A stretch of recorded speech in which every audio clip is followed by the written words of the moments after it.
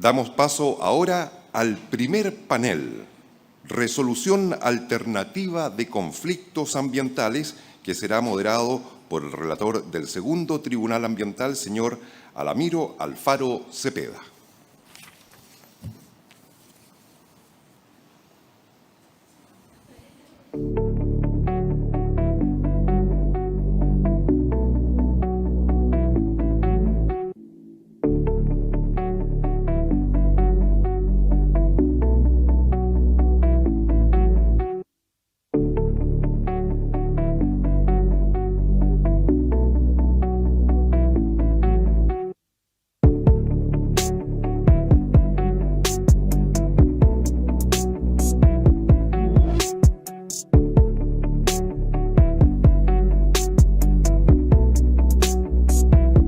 Este primer panel, titulado Resolución Alternativa de Conflictos Ambientales, se enmarca en el contexto de la utilización creciente de estos mecanismos para obtener la resolución de controversias socioambientales. En efecto, con la dictación de la Ley 21.394, que introdujo diversas reformas al sistema de justicia para enfrentar la situación posterior a la pandemia de COVID-19, se estableció, entre otras cosas, el deber de los operadores jurídicos de promocionar el empleo de métodos autocompositivos de resolución de conflictos, incluyendo la conciliación y la mediación, e incluso permitiendo la existencia de otros métodos, los que encuentran como límite el respeto a la garantía de tutela jurisdiccional. En el caso del Tribunal Ambiental de Santiago, la pandemia constituyó una importante oportunidad para el uso de métodos alternativos para la resolución de conflictos, especialmente en materia de conciliación. En dicho contexto, esta judicatura impulsó la utilización de la conciliación, guiando el proceso y elaborando bases de conciliación que permitieron no solo la resolución oportuna de conflictos, sino que también el establecimiento de medidas de reparación efectivas para reparar el daño ambiental. En este panel, los expositores debatirán acerca de estrategias legales y participativas ante conflictos socioambientales. Asimismo, se tratará el uso de enfoques y herramientas para la colaboración de tales conflictos para finalmente exponer acerca de la gobernanza ambiental e investigación e innovación responsable. Así, en primer término, la profesora Caroline Stam hablará acerca de las estrategias legales de los grupos movilizados en conflictos socioambientales en la región metropolitana de Santiago, agregando aportes para una reflexión sobre la resolución alternativa de conflictos. La profesora Stam es asistente y subdirectora de posgrado del Instituto de Estudios Urbanos y Territoriales de la Pontificia Universidad Católica Valparaíso e investigadora adjunta del Centro FONDAP-COES. Es licenciada en Historia, con mención en Geografía por la Universidad París I, Panteón-Sorbonne, y licenciada del Instituto de Estudios Políticos de París, con mención en Estudios Urbanos y Administración Territorial, además magíster en Estudios Comparativos sobre el Desarrollo de la Escuela de Altos Estudios en Ciencias Sociales de París y doctora en Ordenamiento Territorial y Urbanismo de la Universidad París-Est. Así que dejamos con la palabra a la profesora Stam y luego iremos presentando a los demás expositores. Bien. Muchas gracias. Buenos días a todos y todas. Como lo acaba de decir Alamiro, no soy abogada, así que les voy a presentar una perspectiva desde otro campo de estudio. Yo me ubico desde el campo de la geografía y la planificación territorial, pero abordando temas legales. Así que probablemente yo trabajo al revés de cómo ustedes trabajan. Yo parto de los conflictos y llego al derecho, y no parto del derecho para llegar a los conflictos. Lo que les voy a presentar hoy se llama Estrategias legales de los grupos movilizados en los conflictos socioambientales de la región metropolitana de Santiago, y la idea es aportar una reflexión desde datos de esta conflictividad socioambiental para pensar en esta resolución alternativa de conflictos, que es el tema de este panel. El contexto de este trabajo es una investigación que acabo de terminar en octubre, que se llamó Conflictividad socioambiental en la ciudad postpolítica, análisis de los procesos de producción del medio ambiente urbano en Santiago de Chile. Esta investigación partía del aumento de la conflictividad socioambiental en la región y tenía como propósito general analizar lo que producen estos conflictos. Dentro de este ámbito estudiamos el tema legal, el tema del recurso jurídico, como una de las estrategias de estos grupos movilizados. Quisiera subrayar también que en mi investigación considero el conflicto como un elemento positivo, constituyente de las relaciones sociales, ahí siguiendo los trabajos fundadores de Simmel, el sociólogo alemán, y también los trabajos de la geografía social francófona, entre otras, que ven los conflictos como momentos inevitables de la gobernanza de los territorios. Es decir, que siempre hay conflictos, siempre habrá conflictos, y finalmente es un momento, puede haber momentos de colaboración, de cooperación, de conflicto que alternan en los territorios. El objetivo de mi ponencia hoy va a ser analizar las estrategias legales de los grupos ciudadanos movilizados en conflictos socioambientales en esta región, donde estamos acá. Y la idea, como les decía, es avanzar en una reflexión sobre justamente la resolución alternativa de conflictos, pensando que hay una necesidad de conocer mejor estos conflictos, los conocemos pocos, y también abordar las estrategias legales de estos grupos ciudadanos movilizados, pensando que estos mecanismos que pueden ser de mediación, negociación, conciliación o arbitraje, se suman o complementan recursos, digamos, tradicionales en los tribunales de justicia. Como les decía, conocemos poco los conflictos socioambientales. En Chile hay varias cartografías de estos conflictos. La más famosa es la del INDH, que ahí pongo abajo. Sin embargo, cuando revisamos esta, en el caso de la región metropolitana de Santiago, registra solo 8 conflictos, 3 activos, 3 latentes y 2 cerrados. Y cuando tomamos otros tipos de trabajos, aquí el trabajo a la derecha, un muy buen trabajo de colegas sociólogos y politólogos, también vemos que en la región metropolitana de Santiago hay un solo conflicto. En ese sentido, la investigación pretendía un poco complementar o profundizar más en esta región, que muchas veces, si uno habla en Chile de conflictos socioambientales, piensa en el norte, en el sur de Chile, y piensa poco en esta región central, donde igual hay mucha presión, por lo cual la idea era contribuir en esta investigación sobre el contexto urbano y periurbano, muchas veces invisibilizado en temas de conflictos socioambientales. Trabajo a la escala de la región, porque efectivamente es la escala de la planificación territorial también. Y les voy a presentar 2 tiempos, 2 metodologías. La primera es la metodología que hicimos para mapear estos conflictos. Fuimos a buscar cuáles son estos conflictos, dónde se ubican. Ahí hicimos una base de datos a partir sobre todo de prensa, pero también de fuentes jurídicas. Y además hicimos un trabajo cualitativo de entrevistas semiestructuradas. ¿Qué definimos como conflicto socioambiental? Definimos conflictos públicos, es decir, que todos tienen alguna difusión en prensa o redes sociales. Conflictos colectivos, ahí tenemos solamente conflictos que implican más que una sola persona, es decir, un grupo de personas. Y además todos tienen una dimensión ambiental y territorial central. ¿Qué tipo de conflictos tenemos en esta base? Para un poco darles ejemplos. Aquí hay 4 conflictos que están en la base, que son bastante conocidos. El primero es en contra de la bodega de Walmart en San Bernardo. El segundo en contra del proyecto Bronces Integrados, que ha tenido bastante mediatización últimamente por el rechazo en el Servicio de Impacto Ambiental. El proyecto Ciclo en Tiltil, de una instalación de reciclaje de residuos. Y abajo a la derecha el caso del Parque El Panul en la Florida, donde hay habitantes que reclaman la constitución de un parque en contra también de proyectos inmobiliarios. Así que tenemos ahí proyectos que tienen que ver con servicios, la bodega Walmart, con minería, los bronces, con instalaciones de tratamiento de residuos, Ciclo, y con áreas verdes y proyectos inmobiliarios con El Panul.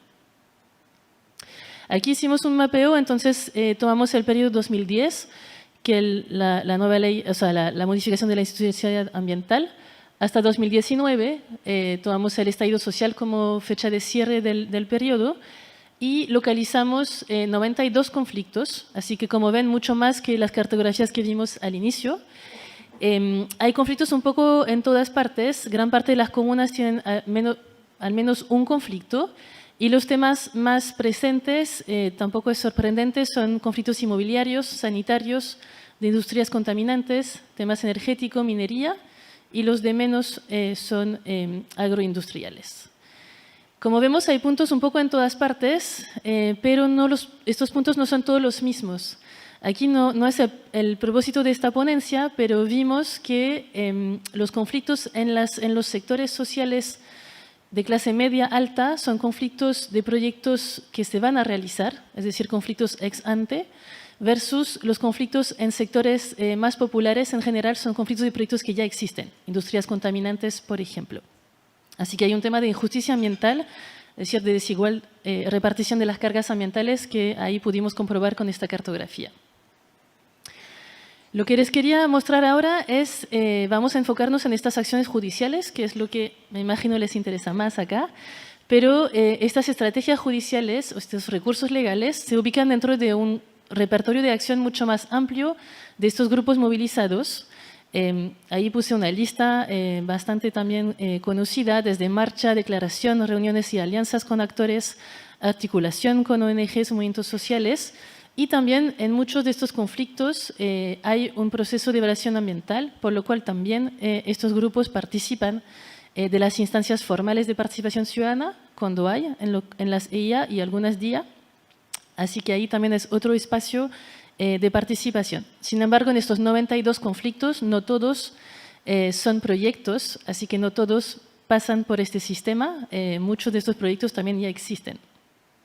Vamos a enfocarnos ahora en las estrategias judiciales y ahí cómo trabajamos a partir de esta base de 92 conflictos, fuimos a buscar para cada conflicto si había habido algún tipo de recurso judicial de parte de los ciudadanos movilizados. No incluimos las demandas de las empresas. Nos interesaba ver cómo la ciudadanía organizada y movilizada recurre al derecho. Así que ahí hicimos una revisión en bases de datos del Poder Judicial, también del Tribunal Ambiental y en Vilex, y incluimos el tiempo entre enero de 2010 y septiembre de 2021, e incluimos recursos de personas individuales, de juntas de vecinos, de ONGs, y también incluimos recursos de autoridades públicas, porque en muchos casos se hacen también a nombre de ciudadanos, así que ahí los incluimos también. ¿Qué encontramos? Encontramos que de estos 92 conflictos que ubicamos, 55% de estos conflictos contemplaban algún tipo de acción judicial, lo cual es una alta tasa de judicialización, más de la mitad, a nivel internacional es alto. ¿Qué tipo de recursos hacen estos ciudadanos movilizados? ¿A qué cortes van? Primero van a la Corte de Apelación a hacer recursos de protección. Registramos 74 recursos de protección. En muchos casos hay más de un recurso por conflicto, como también se comentaba en la presentación introductoria sobre Quintero Puchuncaví. En resumen un poco, 40 conflictos de estos 92 tuvieron algún tipo de recurso de protección.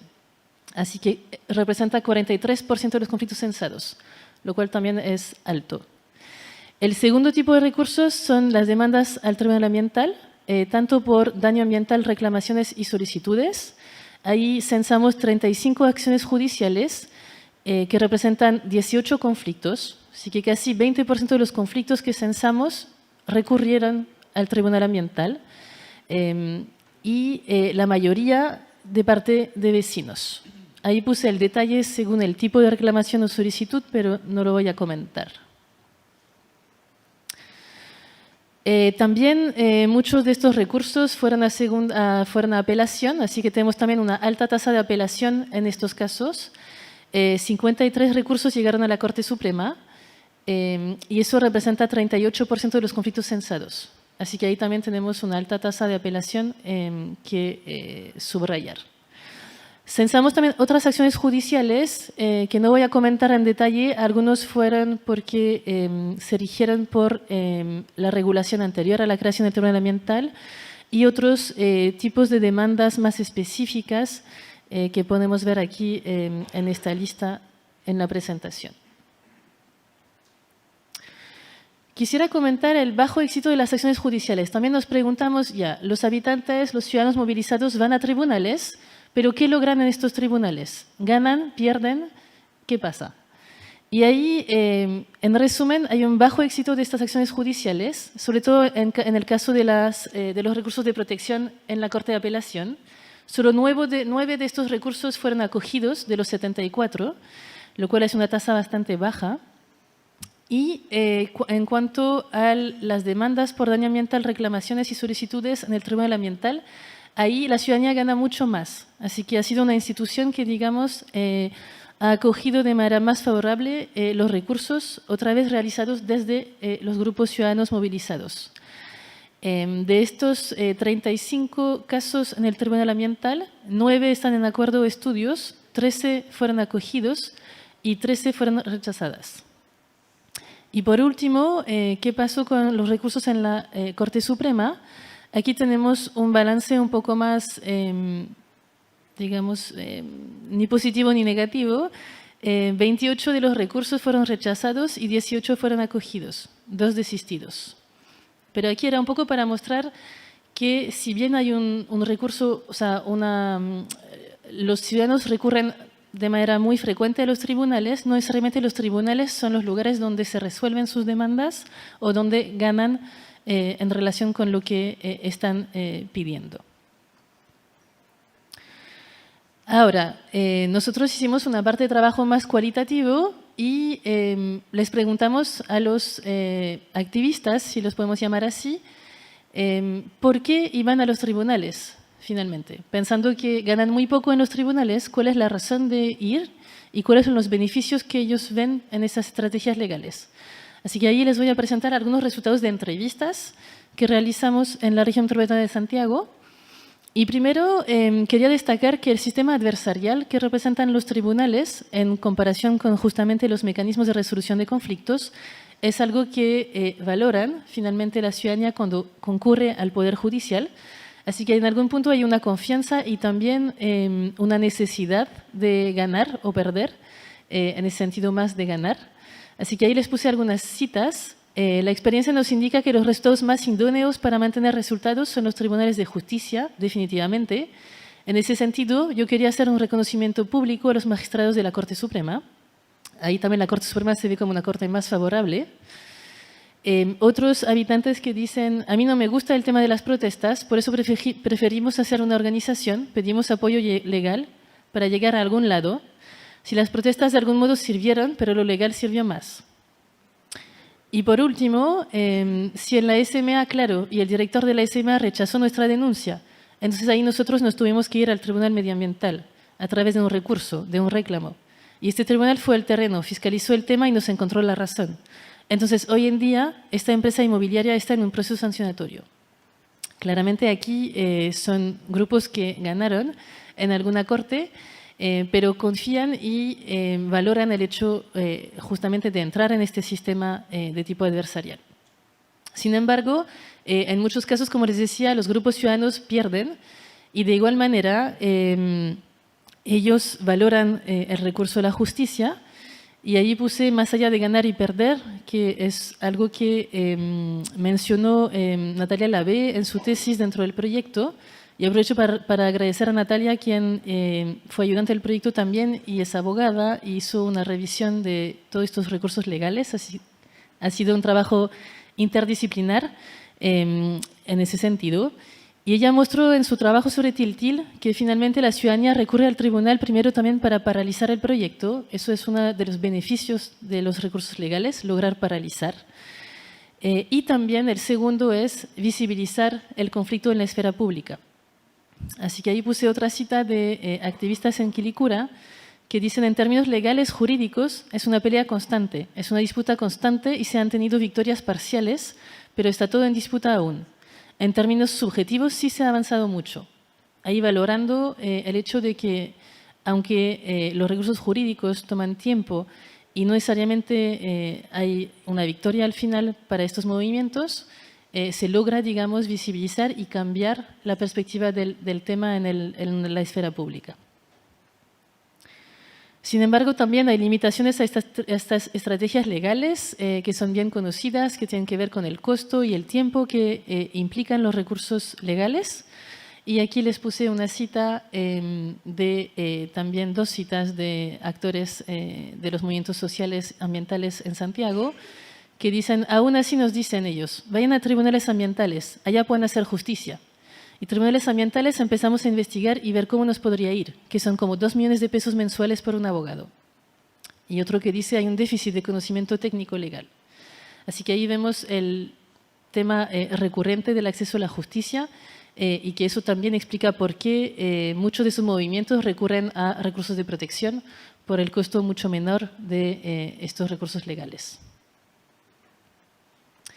Llegando a las reflexiones finales, aquí en este estudio de la judicialización de los conflictos por parte de los habitantes y de los colectivos movilizados, nos permitió entender el acceso a la justicia y su uso, y aquí destacar esta alta judicialización de los conflictos socioambientales en Santiago.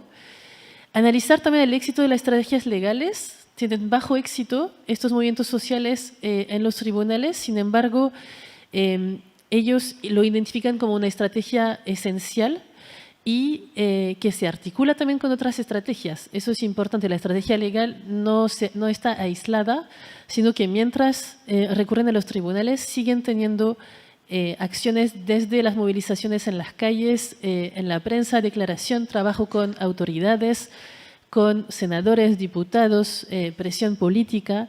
Hay distintas acciones que se mezclan con justamente esta estrategia legal.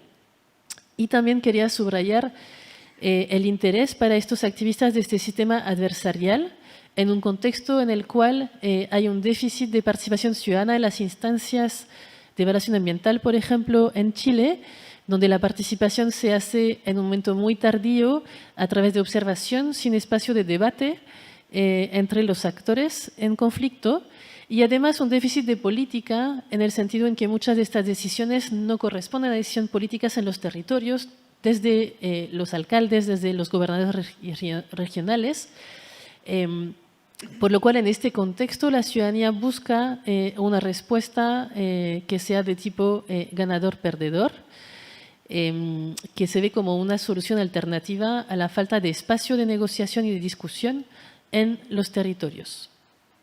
En cuanto a las pistas de reflexión para pensar en mecanismos de resolución alternativa de conflictos, quería enfatizar en 3 puntos principales. Uno, les puse 2 referencias de colegas de la Universidad Católica que trabajaron en propuestas de mecanismos. Uno, que es un trabajo de Francisca Reyes sobre un consejo de resolución colaborativa de conflictos socioambientales, y el segundo, de Liliana Guerra, sobre la idea del panel comunitario. Y en relación con estas 2 propuestas, yo pongo 3 puntos que me parecen relevantes discutir. Uno, el objeto del conflicto y la escala. Estamos pensando en mecanismos para qué tipo de conflictos, para qué tipo de sectores y a qué tipo de escala se puede pensar en sistemas de resolución alternativa. El segundo tiene que ver con el momento del conflicto. Muchas de estas propuestas plantean mecanismos, sobre todo para las fases iniciales de los proyectos, antes de que se presenten al Servicio de Evaluación de Impacto Ambiental, lo cual ya hay varias iniciativas, pilotos que se han realizado, como los diálogos territoriales, en ese sentido, pero también muchos de estos conflictos que presenté son conflictos que enfrentan instalaciones que ya existen. Y el último es pensar que en todos estos conflictos los mapas de actores son dinámicos, van cambiando, van moviéndose, y además en que hay asimetrías de poder muy fuerte entre los actores de estos conflictos, dependiendo un poco cuál es el objeto del conflicto, pero estas asimetrías tienen que ser pensadas en el marco de estos mecanismos de resolución alternativa. Eso, muchas gracias.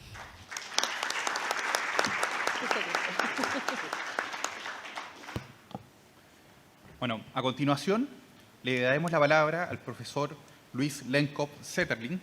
Él es catedrático y profesor emérito del Instituto de Ciencias y Tecnologías Ambientales y del Departamento de Sociología de la Universidad Autónoma de Barcelona. Es doctor y doctor honoris causa con formación universitaria en Sociología, Ciencias Ambientales y Geografía. Es especialista en riesgos ambientales y tecnológicos, justicia ambiental y la relación entre medio ambiente, salud y desigualdades sociales. Antes de darle la palabra al profesor, recuerdo que pueden hacer preguntas. Hay un periodo de 20 minutos al término de este panel destinado a aquello, y en ese sentido se les solicita que las puedan formular por escrito para que sean realizadas a los expositores. Así que dicho eso, dejo la palabra al profesor Luis Lenkop para su presentación. Muy bien, gracias. Buenos días, bon dia, salutacions desde Cataluña. Es un placer participar y es un honor participar en este foro internacional de justicia ambiental. Hemos preparado una presentación bastante genérica, pero tiene un complemento que es un caso concreto de un conflicto en Cataluña central sobre el despliegue de renovables. En todo caso, no voy a tener tiempo para presentar este caso, no hay tiempo material para hacerlo, pero lo que sí que podemos hacer es distribuirlo, que la gente pueda ver pues, este ejemplo concreto. Y hablo en plural, no es el plural real, sino que esta presentación lo hemos preparado dos personas, yo y Gonzalo Gamboa, que es investigador en el Instituto de Ciencia y Tecnología Ambiental de la Universidad Autónoma de Barcelona. Es investigador chileno, no ha podido venir aquí, pero él es experto en temas de evaluación multicriterio, que es uno de los temas que quiero presentar aquí. Yo sí que voy a repartir un paper que él ha hecho sobre un caso en Aysén, también justamente que es un caso chileno que puede interesar y trata de desarrollar pues, esta técnica de evaluación social multicriteria. Yo tengo 7 palabras claves un poco para orientar mi presentación. Crisis socioambiental, inequidad, proliferación de riesgos, percepción, desconfianza, Cataluña. Tranquilo, no voy a hablar del proceso político allí, voy a hablar de otros temas ambientales y finalmente evaluación multicriterio. Entonces, crisis socioambiental.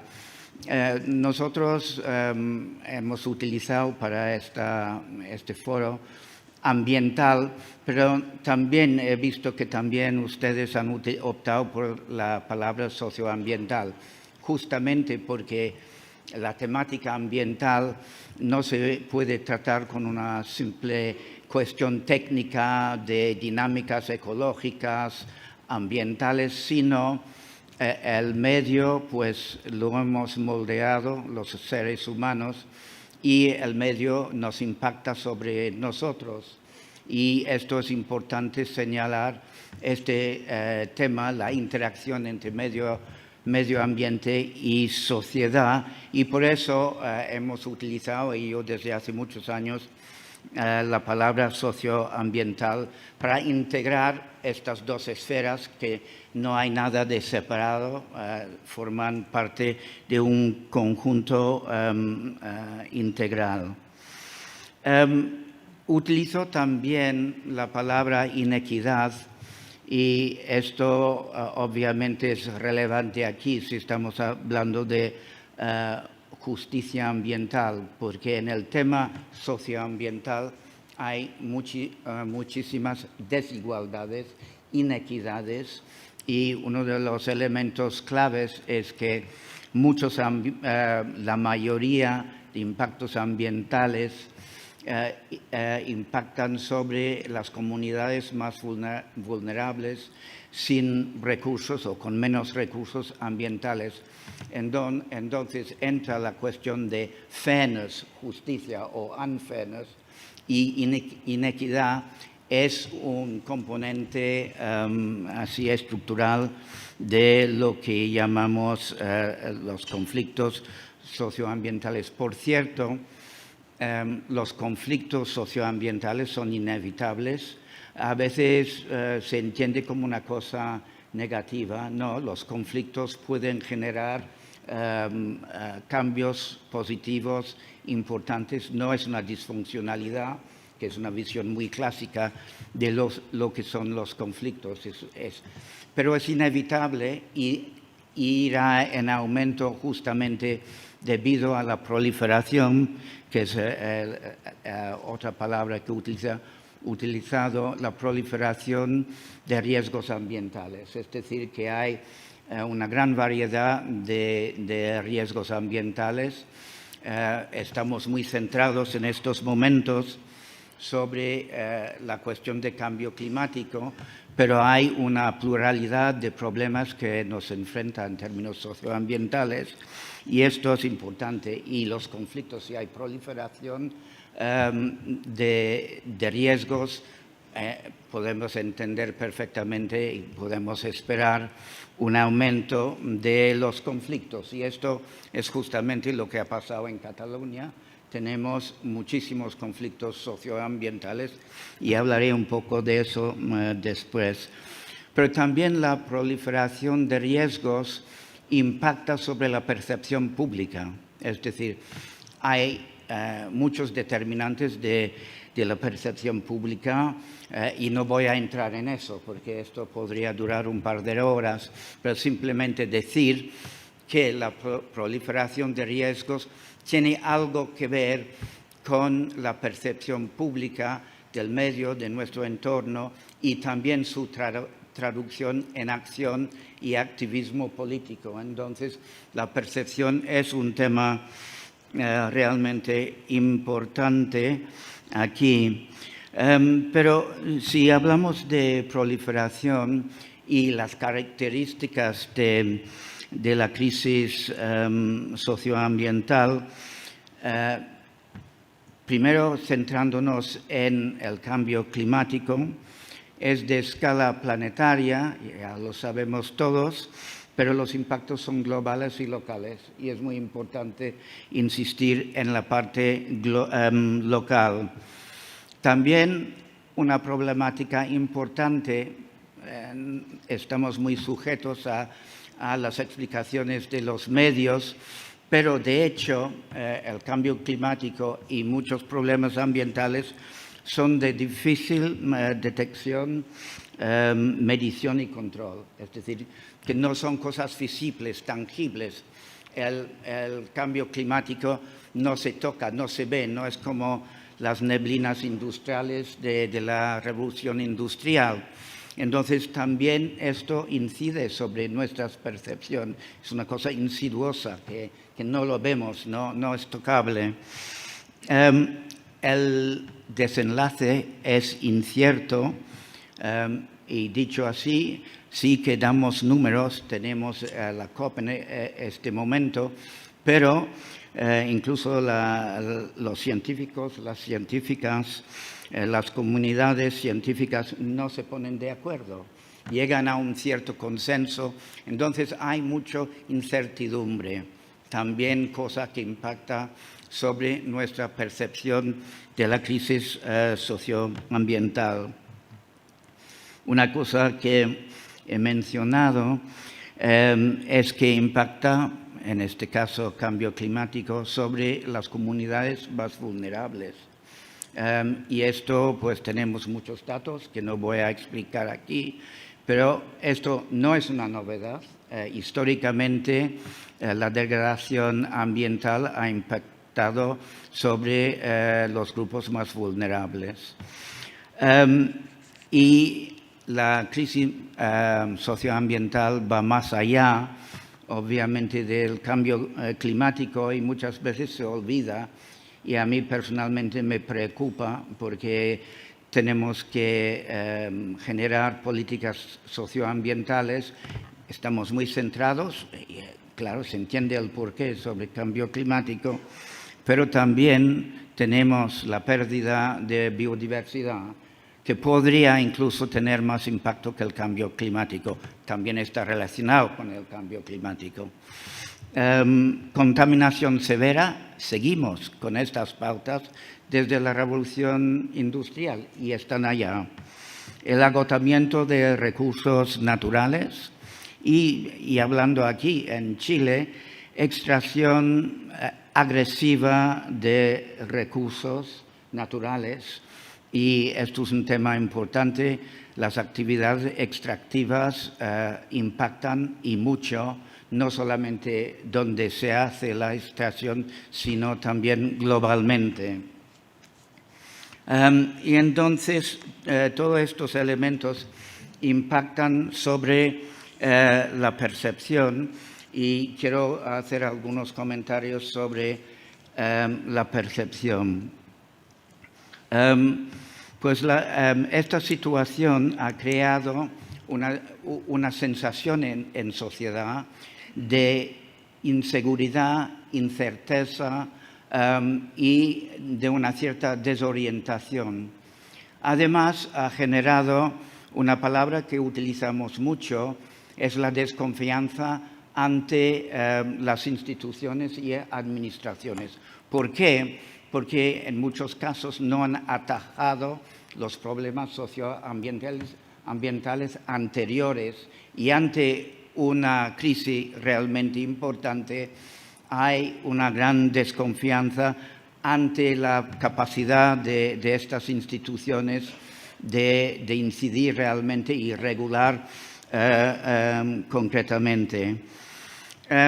También cuando hablamos de percepción, tenemos que tener en cuenta que muchas veces las personas que protestan, que están inmersos en un conflicto ambiental o socioambiental, no están hablando simplemente de la cuestión de salud o medio ambiente.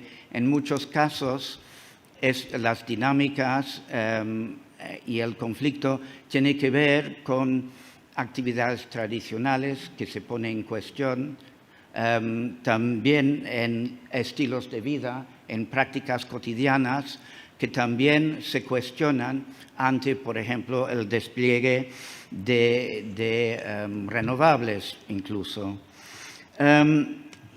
También desconfianza, y creo que es un elemento muy importante, también por las biografías, relación administración y público.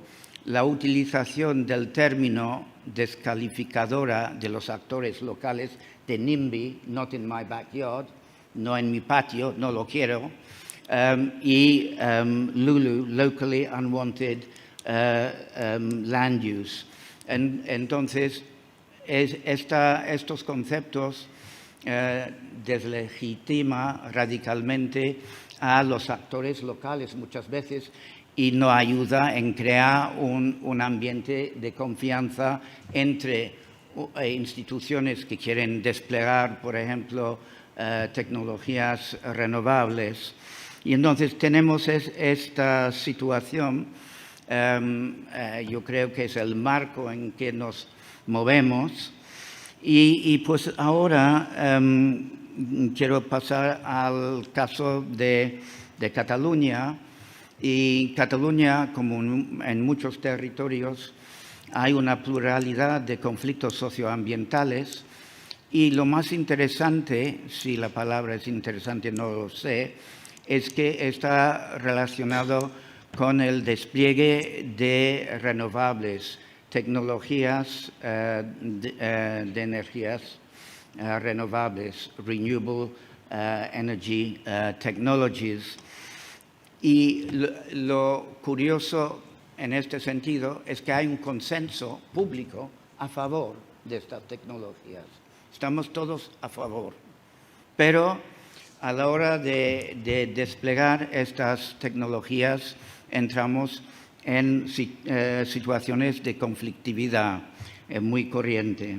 Entonces, en el caso de Cataluña, hay 60% de los parques eólicos ocupan un 15% del territorio. Es decir, hay muchísima concentración, y históricamente, no solamente con las tecnologías renovables, sino con otras cuestiones ambientales como residuos tóxicos, suelen ir a las zonas más pobres del territorio. Esto es bastante frecuente, esto no es ninguna novedad y esto es exactamente lo que está pasando en el caso de los renovables.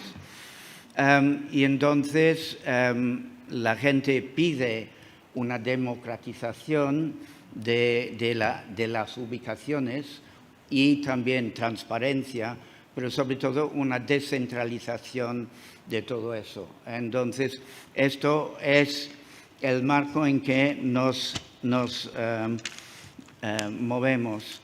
Ahora bien, la Generalitat de Cataluña, el Gobierno de Cataluña, es consciente, como otras administraciones públicas, municipios, son conscientes de esta situación. Pero el Gobierno, otro día tuve una reunión con la número 2 de nuestro Ministerio de Acción Climática y ellos quedaron perplejos por las resistencias. Pero sí, lo entienden, es decir, que esta resistencia viene de lejos por la interacción muy administrativista de muchas instituciones públicas y esto ha conducido a una cultura de un cierto rechazo, desconfianza. Otra vez utilizo la palabra de desconfianza.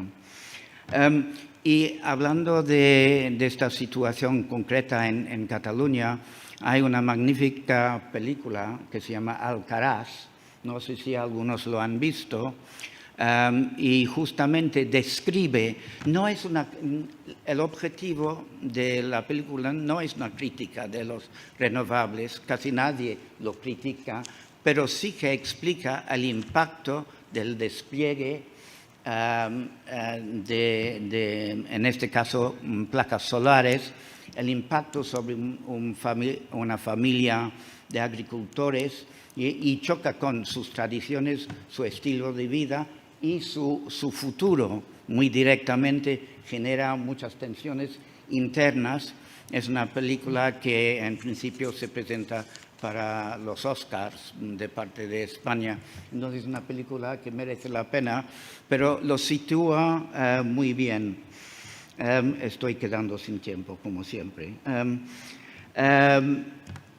Nosotros publicamos un libro hace 10 años, un libro colectivo, el Llibre Blanc de la Mediació a Cataluña, y uno de los grandes temas, justamente ya hace 10-15 años, eran los renovables. Es decir, que a pesar del consenso social que tenemos a favor de estas tecnologías, se han generado muchas inquietudes por cuestiones socioambientales.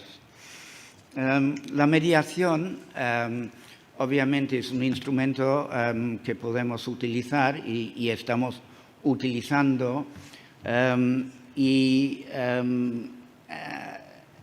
Una de las cosas, uno de los problemas que tenemos es una acumulación de casos concretos en los tribunales de justicia y hay un movimiento para intentar desjudicializar estos conflictos, porque quizás, y no quiero ofender a nadie, pero los tribunales no son necesariamente los mejores instrumentos para la resolución de conflictos socioambientales. También quería comentar que la Generalitat, los municipios en Cataluña son conscientes de las dificultades y sobre todo de la necesidad de optar por estrategias participativas, y hay mucha actividad en este momento, y lo que iba a comentar es una técnica dentro de estas estrategias participativas, que es la evaluación multicriterio. No tengo tiempo, pero en todo caso tienen el paper de Gonzalo y el paper que hemos preparado para este foro, y esto más adelante lo podemos distribuir. Gracias.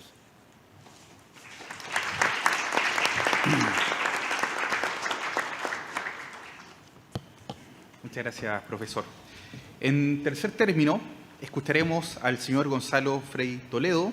Él es sociólogo, mediador y facilitador, licenciado en Sociología y diplomado en Negociación en la Pontificia Universidad Católica de Chile. Es máster en Análisis y Resolución de Conflictos de la George Mason University y es docente en materias de negociación, mediación y facilitación de conflictos. Es director también del Diplomado de Mediación y Resolución de Conflictos de la Escuela de Derecho de la Universidad Alberto Hurtado. Señor Gonzalo, nos dejamos con la palabra. Muchas gracias. Muy buenos días. Gracias por esta invitación. El ministro del Piano, a través suyo, a todo el Tribunal de Santiago, Tribunal Ambiental de Santiago, por esta invitación a este foro, a los panelistas también.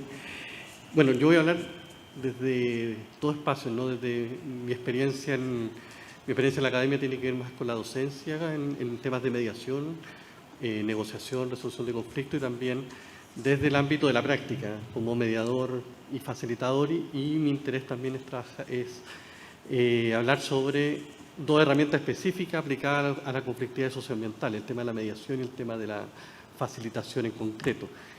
Bueno, y de profesión también, como mis colegas lo han dicho, tampoco soy abogado, así que quizás tendremos la licencia ahí de decir cosas, nos perdonarán ahí los abogados las cosas que digamos, las brutalidades que digamos en este espacio, pero también quizás cuestionar unos conceptos iniciales, tal como lo han dicho mis colegas aquí presentes en el panel. No entiendo el conflicto necesariamente como algo negativo, algo malo, sino como algo consustancial a vivir en sociedad. Ahí tomo de alguna manera como referencia a John Paul Lederach, gran activista y trabajador en el mundo, con mucha experiencia en distintos espacios de conflictividad, entendiendo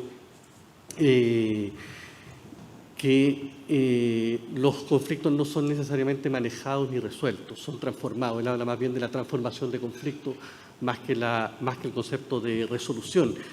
Y entender la conflictividad no como algo, como ya dije, negativo, sino como algo positivo que nos permiten de alguna manera instalar procesos normales de cambio en cualquier sociedad.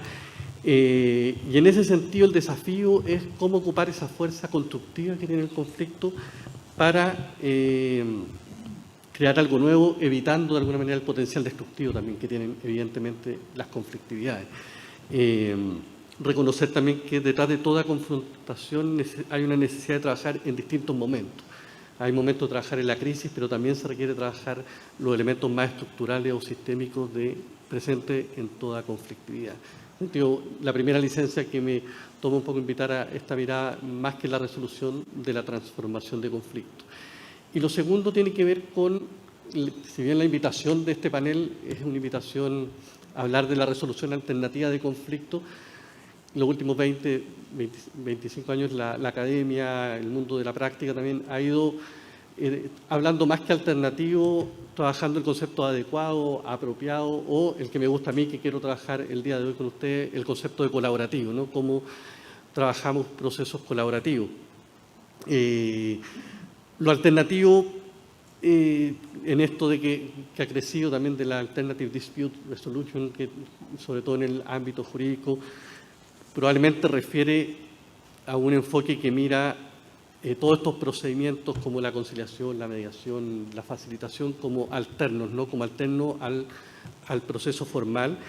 Y en ese sentido, espacios como la mediación, la conciliación, la facilitación serían vías o caminos alternativos al principal, y esto ha hecho que sean vistos como una justicia de alguna manera de segunda categoría o como términos de alguna manera anómalos o hasta hippie de alguna manera. En contraposición a eso, la literatura y la práctica ha empezado a pensar estos espacios no como alternativos, sino como espacios colaborativos, como prefiero llamarlo y como voy a trabajar esta presentación, entendiendo como espacios distintos al adjudicativo. Y entonces, de alguna manera, una invitación a cambiar las nomenclaturas y pensar más que en un enfoque de alteridad o de lo alternativo, cuáles son los mecanismos más apropiados para trabajar las conflictividades. Esa es la pregunta que nos tiene que plantear cuando hablamos de estos mecanismos apropiados, sobre todo porque lo alternativo, sobre todo en América Latina, fue muy promovido a partir de la década del 90, sobre todo como esta idea de desjudicializar, ¿no? Cómo desjudicializamos los tribunales y generamos estos mecanismos, y así fue por lo menos en Chile respecto a lo que era familia, el espacio, en la discusión al menos que se dio, y de alguna manera, en contraposición a eso, tomo lo que dice Carrie McElmeado, una abogada norteamericana, que habla de la importancia más bien del pluralismo de procesos, es decir, cómo promovemos mecanismos diferentes que permitan obtener resultados diferentes a los modelos adjudicatorios clásicos, binarios, en que una parte gana y otra parte pierde. Este nuevo enfoque, de alguna manera, hace necesario mirar y analizar el conflicto para dar con el mecanismo más adecuado, otorgando legitimidad al uso y sus resultados. Bueno, estableciendo estas dos distinciones, esta licencia que me tomé respecto al tema de la resolución y el tema de lo colaborativo, quiero plantearles, trabajar un poco esta idea también de lo colaborativo, entendiendo en ese sentido, cuando hablamos de lo colaborativo, una gobernanza colaborativa, tomando ahí la definición de Geringer y Saber, una gobernanza colaborativa que junta a todos los actores en un espacio, organismos públicos, ciudadanos, comunidades, con interés en un tema en particular, se puedan reunir para hablar sobre lo que se debe hacer. Una definición global que marca que entendemos por estos espacios de gobernanza colaborativa. Y desde esta perspectiva entendemos los procesos colaborativos en contexto de conflictividad socioambiental, en un espacio donde primero se juega en un conjunto de temas relacionados en un lugar o territorio donde se desarrolla una intervención o se produce una contaminación o hay una conversación sobre una política o un plan o un proyecto para ser implementado. Segundo, está involucrado más de un sector y o actor que tiene intereses o necesidades en este tema, donde concurren múltiples agencias o niveles de gobierno, múltiples sectores, empresas privadas, organizaciones sin fines de lucro o múltiples niveles de intereses de ciudadanos directamente afectados, activistas que defienden derechos ambientales en juego, líderes locales o nacionales, actores regionales, incluso internacionales. Y tercero, y lo propio de la colaboración, es la intención de poner a las partes con sus múltiples intereses y necesidades a trabajar juntas para brindar recomendaciones, sugerir políticas, tomar medidas o alguna otra forma de decisión que afecta a los temas de interés generalmente basada en un consenso mayoritario de los participantes.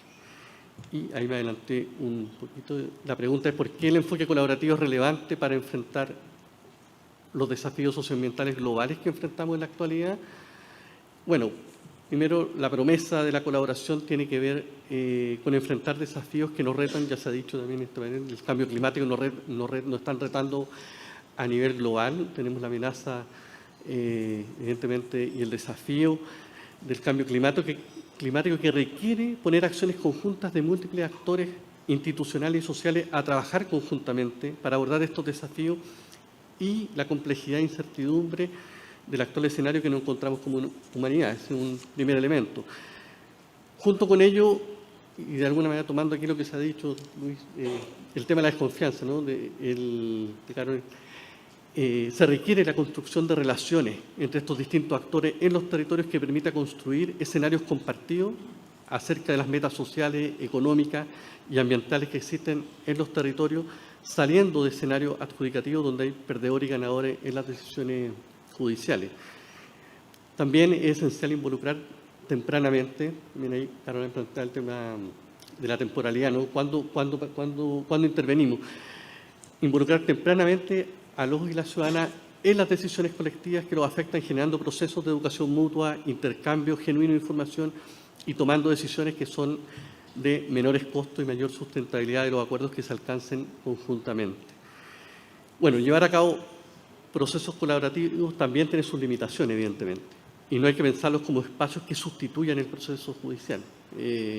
Por el contrario, hay que mirarlos en función de cumplir objetivos diferentes e incluso complementarios en contextos de conflictividad. Me explico con un ejemplo concreto. En la isla de Chiloé hace años se vio una problemática respecto a la disposición de la basura domiciliaria, ¿no? Es un tema que aqueja la isla hace ya varios años. Vecinos se han opuesto a la construcción de un relleno sanitario para dar salida al problema de acopio en la isla, que cuenta con vertederos que ya cumplieron su vida útil. Vecinos han recurrido a la justicia para evitar la instalación del relleno sanitario en Ancud. Hay algunas fotitos porque afectan los humedales de la cuenca del río Chepu. Y también, bueno, esto ha provocado colapso en los vertederos existentes en Dalcahue, que ha recibido una carga sin tener la capacidad. También ha habido presentaciones respecto a ese tema. O sea, hay una conflictividad importante y la discusión sobre los rellenos sanitarios tiene que ver con emblemas de iniciativas, un poco nos decía Luis, de esto de la complejidad, ¿no?, de este tipo de proyectos que con legitimidad muchos actores no es bien llamado, pero no lo quieren en su patio trasero, pero no los quieren cerca, ¿no?, porque desvalorizan, generan impacto y además en este contexto cerca de una reserva natural. Y en ese sentido, en este contexto, el acceso al proceso judicial ha permitido evidentemente a los vecinos acceder a la justicia para no permitir la instalación de relleno sanitario. Y está bien, pero podríamos pensar en un espacio distinto, diferente, en que los actores se juntaran y conversaran sobre cómo solucionar el problema de la disposición de residuos en Chiloé. ¿Quiénes debieran estar en esta conversación? ¿Quiénes debieran convocar? ¿Qué alcances tiene? Alguien podría plantear, bueno, está muy bien eso, pero la implementación de un relleno sanitario en la región es una cuestión de la política pública y no responsabilidad de la justicia. Pero la falta de instancias de diálogo y toma de decisiones para enfrentar este tipo de problemas complejos nos plantea si el problema es si la justicia puede promover o derivar o facilitar espacios para una conversación diferente. Y ahí es cuando entro a los temas de mediación y facilitación, como dos herramientas específicas, desde mi experiencia, que pueden aportar a la discusión, ambas con ambos mecanismos existentes en algunas otras legislaciones. En Chile no hay una regulación, existe regulación respecto a la mediación en otros ámbitos, en el ámbito de la familia, del trabajo, en ámbitos ahora recientemente aprobado de la justicia penal adolescente, entre algunos, pero en el ámbito medioambiental se ha conversado. Nosotros como iniciativa fuimos parte de una conversación que se dio en el contexto de la Alianza Valor Minero, donde se conversaron mecanismos, la posibilidad de constituir en Chile mecanismos de facilitación de diálogo temprano y mediación como mecanismo específico. Junto con la Universidad Católica, esa conversación ha estado presente, pero no se ha avanzado. Y bueno, ¿por qué tomo estos mecanismos? Ambos son mecanismos o procesos colaborativos que pueden ser pensados de manera complementaria e intercambiable. Tanto la figura del mediador como el facilitador, ambos son profesionales o equipos de profesionales formados para apoyar procesos de encuentro y conversaciones colectivas de carácter voluntario y eventualmente que pueden llegar a permitir a las distintas partes tomar decisiones con intereses diversos en contextos de conflictividad socioambiental. Ahí, por tomar una definición, hay múltiples. La agencia norteamericana, la EPA, la Agencia de Protección Medioambiental, define la facilitación como un proceso utilizado para ayudar a un grupo de personas a tener discusiones constructivas sobre temas complejos o potencialmente controvertidos. Ellos utilizan los servicios de facilitación en procesos de búsqueda de acuerdo o no referidos a negociaciones regulatorias, diálogos sobre políticas, comités asesores federales y otros procesos consultivos a largo plazo. La mediación la define como un proceso en el que un tercero neutral, lo definen, a mí no me gusta la palabra neutral, más bien hablamos de la imparcialidad o multiparcialidad, que ayuda a las partes que ayuda a las partes a través de soluciones innovadoras, la cooperación entre ellas y la responsabilidad compartida por el resultado, y la EPA la utiliza en una amplia variedad de asuntos, entre ellos la resolución de casos administrativos y judiciales como acciones de ejecución y apelación de permiso. Ahí, respecto un poco a lo que planteaba Carolina, de cuándo, bueno, estos mecanismos pueden ser pensados en inicio, efectivamente, muchos.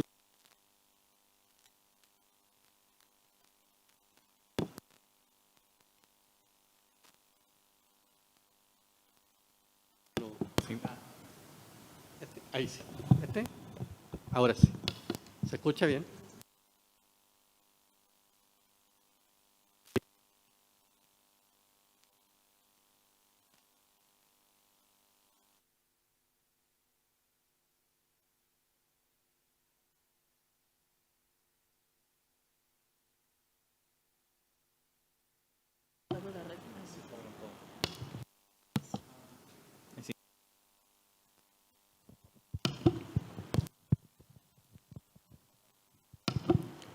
Ahora sí, ya, vale.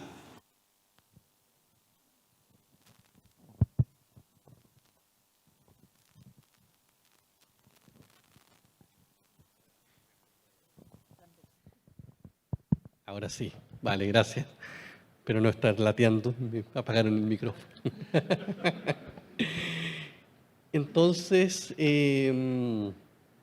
bueno, tanto la mediación como la facilitación requieren capacidades, evidentemente. Requieren equipos profesionales multidisciplinarios con capacidades para generar procesos de encuentro y conversación colectiva y eventualmente de toma de decisiones entre las partes con diversos intereses.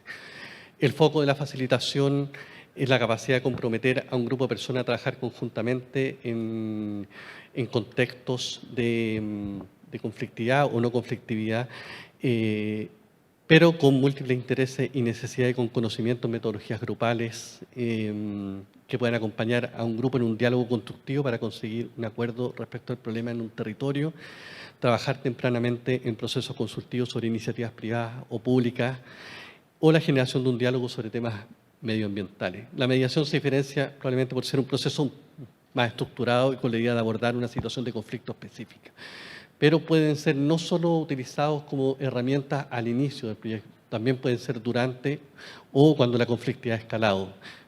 Pueden ser utilizados, y hay experiencia y evidencia internacional de ser utilizados probablemente en distintas etapas del conflicto. Evidentemente, sobre todo en particular la facilitación de procesos de educación, de encuentro, de conocimiento de los proyectos, siempre ayuda a que sean en instancias tempranas de la iniciativa y no cuando ya las iniciativas están desarrolladas, que es lo que pasa en nuestro país, y que evidentemente a las comunidades, a los activistas no les queda más que rechazar iniciativas que ya están en curso y probablemente en ese sentido prefieren el proceso formal o adjudicativo.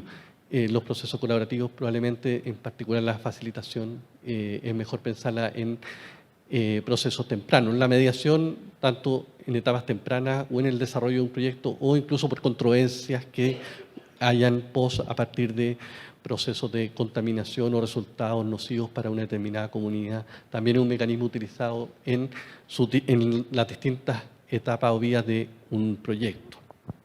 ¿En qué medida estos procesos son instrumentos, son importantes para la justicia ambiental y por qué se requiere que se aborden desde la institucionalidad?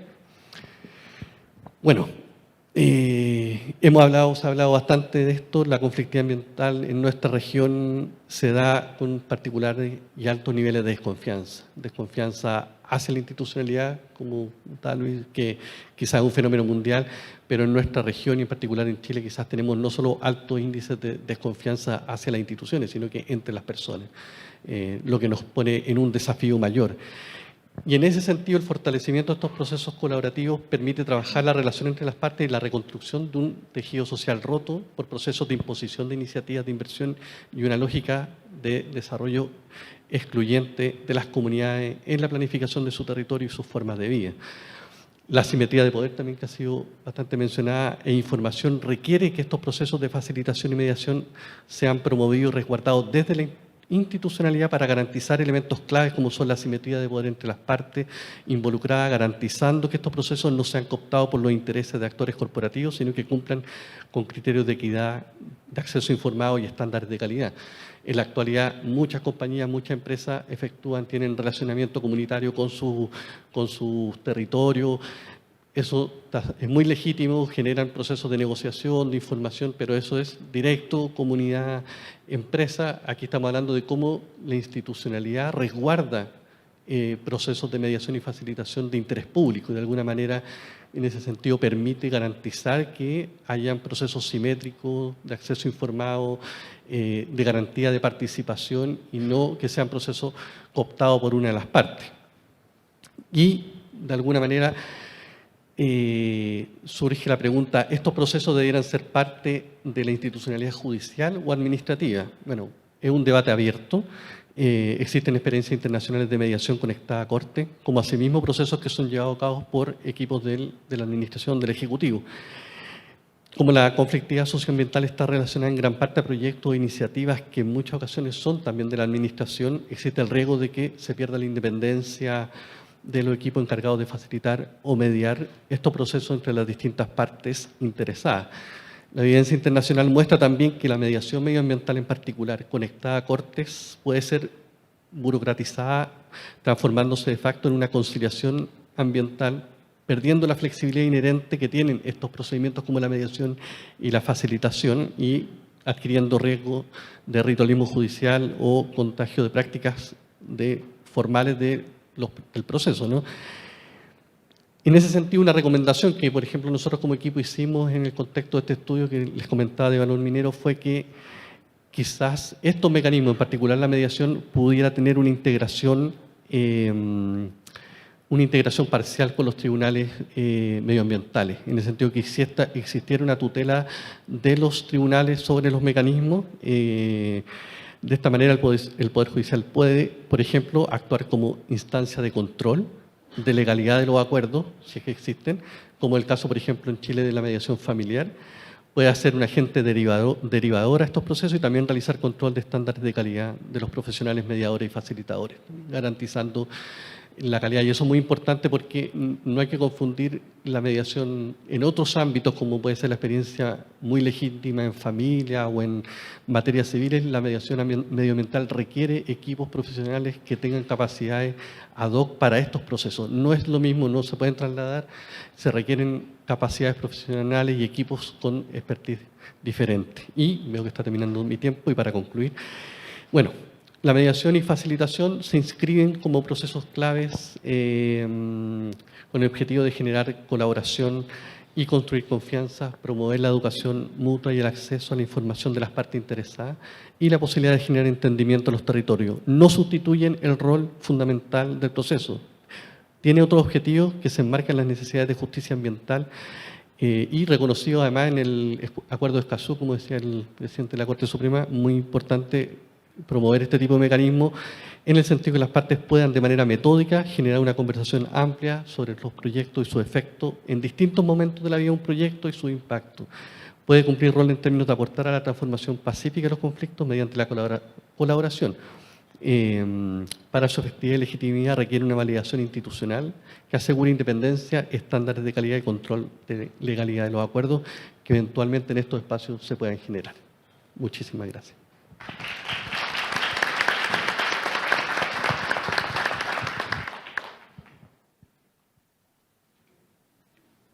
Muchas gracias. Ya.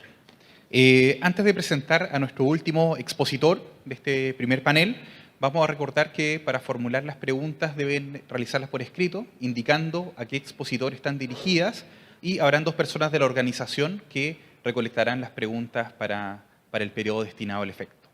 Así, presentamos al doctor Johannes Renner, quien va a hablar acerca de la gobernanza ambiental y la investigación e innovación responsable. Él es director y profesor del Instituto de Geografía de la Pontificia Universidad Católica de Chile, es doctor y geógrafo por la Ludwig Maximilian Universität München, en Alemania, y sus principales áreas de investigación son la geografía económica, los estudios asiáticos y el desarrollo urbano sustentable. Es también investigador y autor de destacadas publicaciones. Así que dejamos con la palabra al doctor Johannes Renner.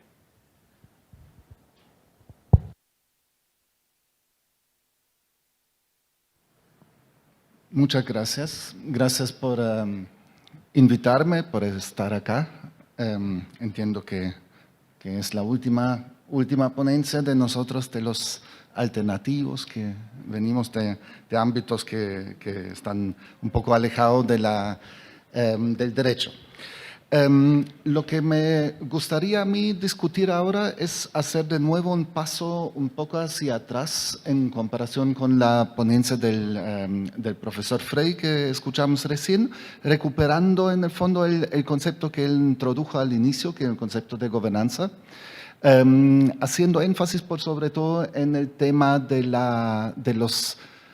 poder, del ejercicio del poder asociado a los procesos de gobernanza y enfocarnos en los diferentes actores y agentes que están involucrados. Y también vincular eso con el tema de la innovación y investigación responsable. ¿Por qué este último punto?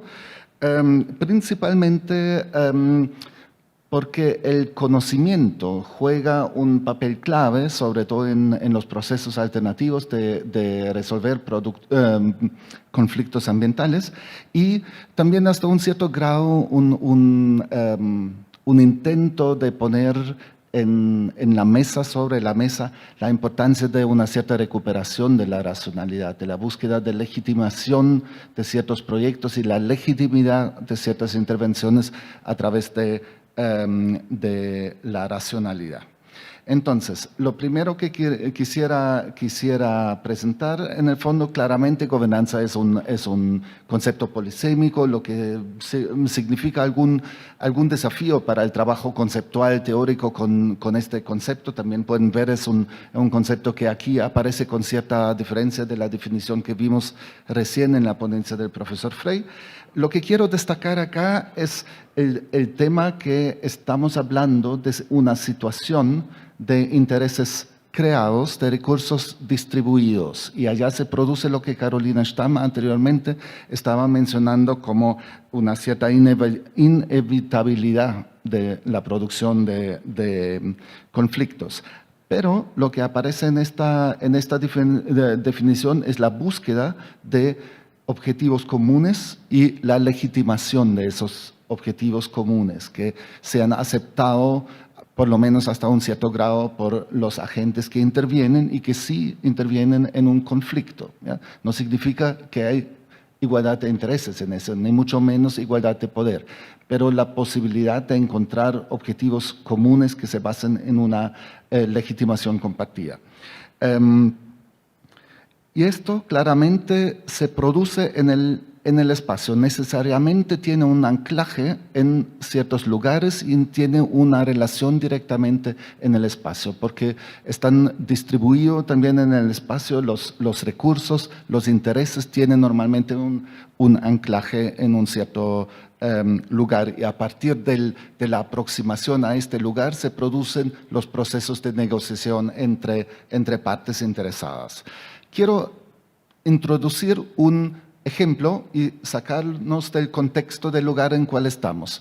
Un ejemplo de un conflicto sobre el cual hemos hecho un estudio hace mucho tiempo atrás, hace unos 20 años atrás que hicimos ese estudio sobre la implementación del Mundial de Fútbol en 2006 en Alemania, particularmente el caso del estadio de Múnich. Lo que vemos acá es el estadio olímpico, que tiene una inserción en la ciudad, que tiene una cierta calidad ambiental, una importancia como espacio público verde en la ciudad de Múnich, y en el contexto del Mundial se produjo la necesidad de producir un estadio moderno con todo lo que son hoy día las arenas de fútbol, con el shopping center incluido y todo. Entonces eso generó evidentemente un cierto conflicto en términos de lo que es deseable como ciudad, ¿ya? Produjo un conflicto a nivel de concepción sobre ciudad. Pero allá se observó una movilización desde la ciudadanía de la validación del espacio verde como algo que configura la ciudad y particularmente la importancia de ese espacio en ese sentido. Entonces, lo que se produjo allá primero es que los diferentes actores que uno pensaría ya finalmente deciden lo que llevan los recursos financieros y construyen el Estado a su necesidad.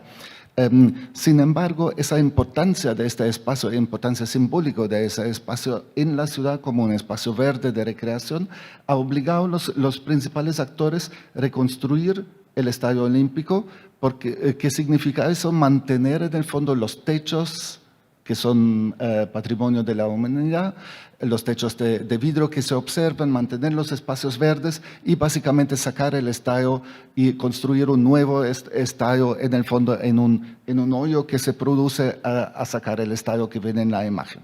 Sin embargo, y allá se pone relevante cómo intervienen diferentes actores.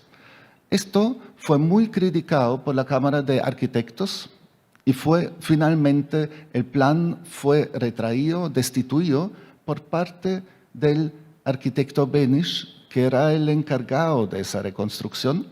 Y que es lo interesante, él es el que tiene los derechos de autor sobre todo el complejo de cual estamos hablando, ¿ya? Entonces aquí tenemos una clásica movilización de un recurso de derecho de autor que impedía legalmente cualquier intervención. Entonces, ¿qué se hizo a raíz de eso? Surgieron 5 diferentes alternativas donde se puede instalar el estadio, ya que una readecuación de ese espacio ya no fue posible. Y allá había una serie de diferentes decisiones en contra en base a movilizaciones de recursos de poder muy distintos entre sí, ¿ya? Lo primero, en base a un peritaje básicamente ambiental. El primero, este punto, fue un punto que contaba con el financiamiento y con mucho apoyo del sector político, porque era un financiamiento principalmente privado. Entonces hubiese significado que el Estado se puede ahorrar mucha plata. Pero fue, en el fondo, borrado del mapa por los impactos ambientales a través del tráfico que se produciría.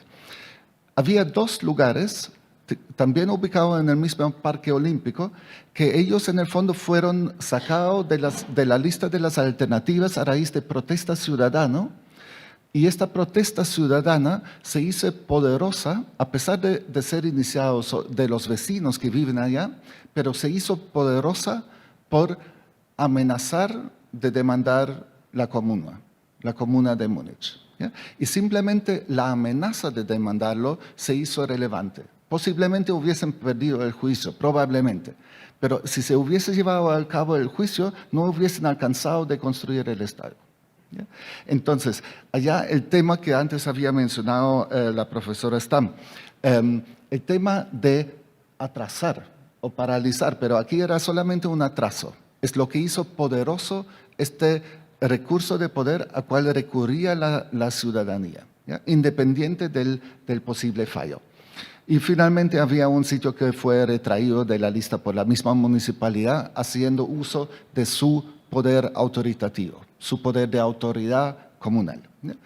Y finalmente, como había tanto discurso público, todo eso es un proceso que duró 7 años, lo que estaba aquí contando, todos esos debates públicos sobre los diferentes sitios. Y eso hace visible cómo fue necesario obtener la legitimidad del proyecto en la opinión pública. Y para resolver este tema de necesitar la legitimidad pública, lo que finalmente se tenía que hacer era un plebiscito, ¿ya? Y el plebiscito aprobó la quinta alternativa donde finalmente se construyó el estadio. Entonces, aquí también es sumamente relevante que sin ese plebiscito no se podría haber hecho, y el plebiscito obtuvo un fuerte apoyo, porque cuando se hacen plebiscitos por un proyecto minero, ustedes saben que normalmente no se suele hacer en Chile, pero en otros países de América Latina se hace, y típicamente hay un amplio rechazo. Aquí había previamente, durante esos 7 años, mucho discurso público sobre la necesidad y la importancia de este proyecto. Entonces, lo que podemos ver acá es un proceso de un debate y una negociación pública permanente. Es posible llegar a un consenso que se manifiesta en el fondo en el plebiscito. Y más importante aún, los diferentes rechazos de diferentes alternativas mostraron cómo ciertos agentes con escasos recursos de poder pueden volverse muy poderosos en ciertos momentos clave de la biografía de un conflicto.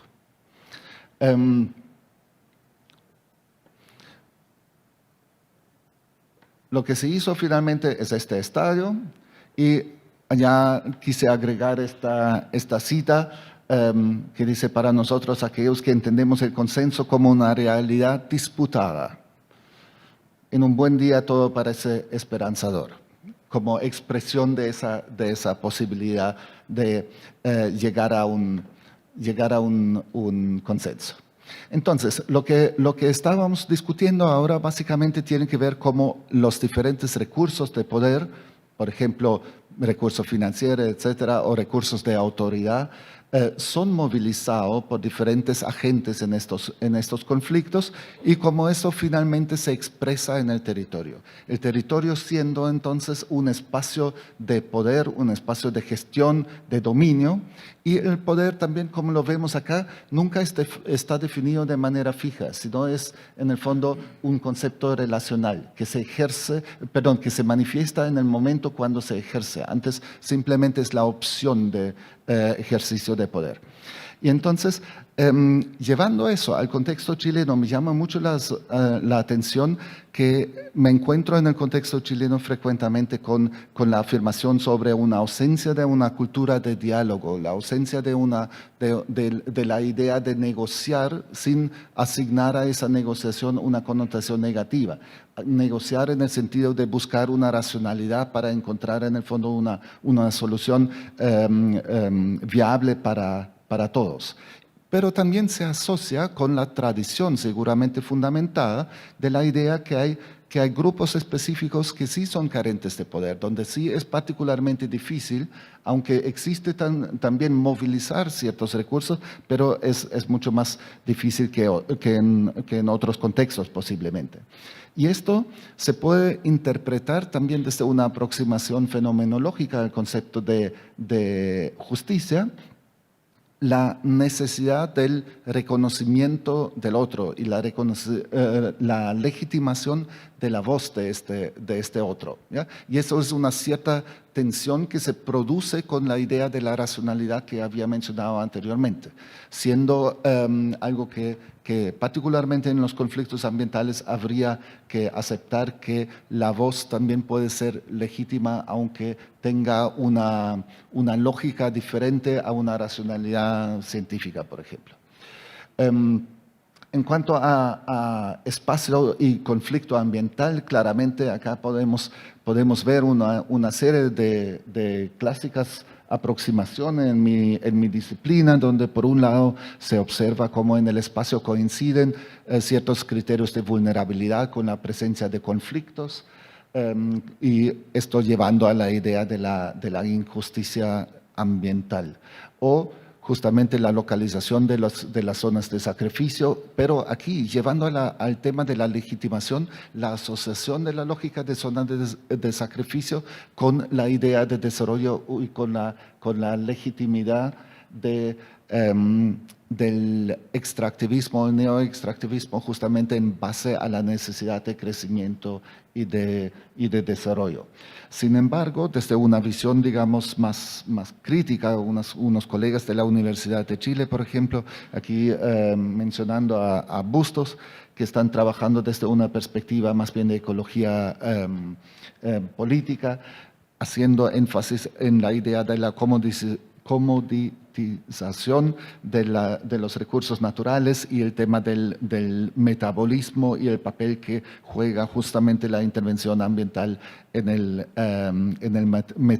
metabolismo en el espacio.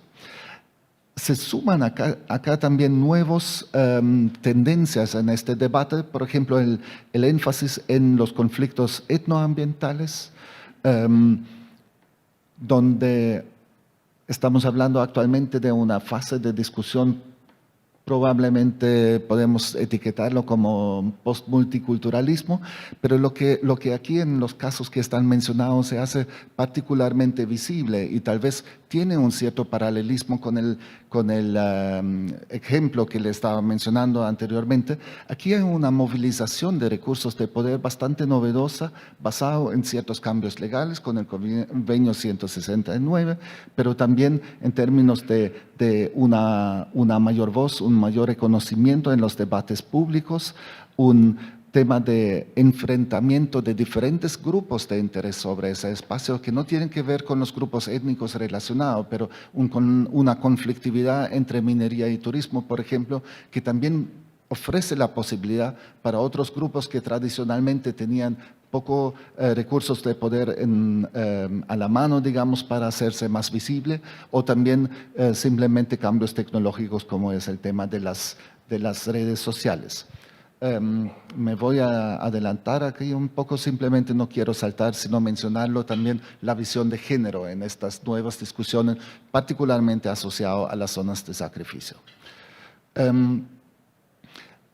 Y en procesos de conflictividad, por ejemplo, uno tan importante como el conflicto en torno de la crisis ISA en el sector salmonero en el sur de Chile, nos está mostrando cómo el tema de conocimiento juega un papel clave en los procesos de los conflictos y la búsqueda de soluciones de los conflictos, no necesariamente llegando a una solución jurídica, no solamente en la posibilidad de evitarlo, sino también en la construcción de una institucionalidad nueva, en las consecuencias espaciales, dónde localizarse, cómo instalar en el fondo un monitoreo. Todos ellos en el fondo tienen una muy visible necesidad de nutrirse directamente de la construcción de un conocimiento científico que permite justamente un manejo de los conflictos fuera o antes de llegar a una solución judicial.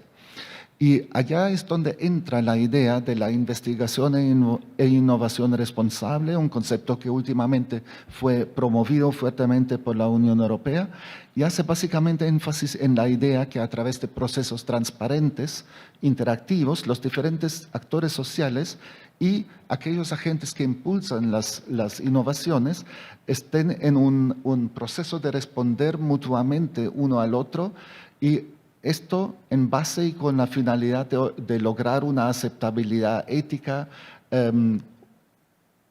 fundamentado en el concepto de sustentabilidad, también evaluando la necesidad de la innovación y de los productos que promete la innovación. 4 criterios clave acá que quiero mencionar son la anticipación, en el fondo la investigación que anticipa los posibles impactos, algo que falló definitivamente en el caso de la crisis ISA. La reflexividad, quiere decir, eso incluye la reflexión del investigador sobre su propio quehacer. Y eso implica también el papel del investigador que está posicionado en un proceso de investigación.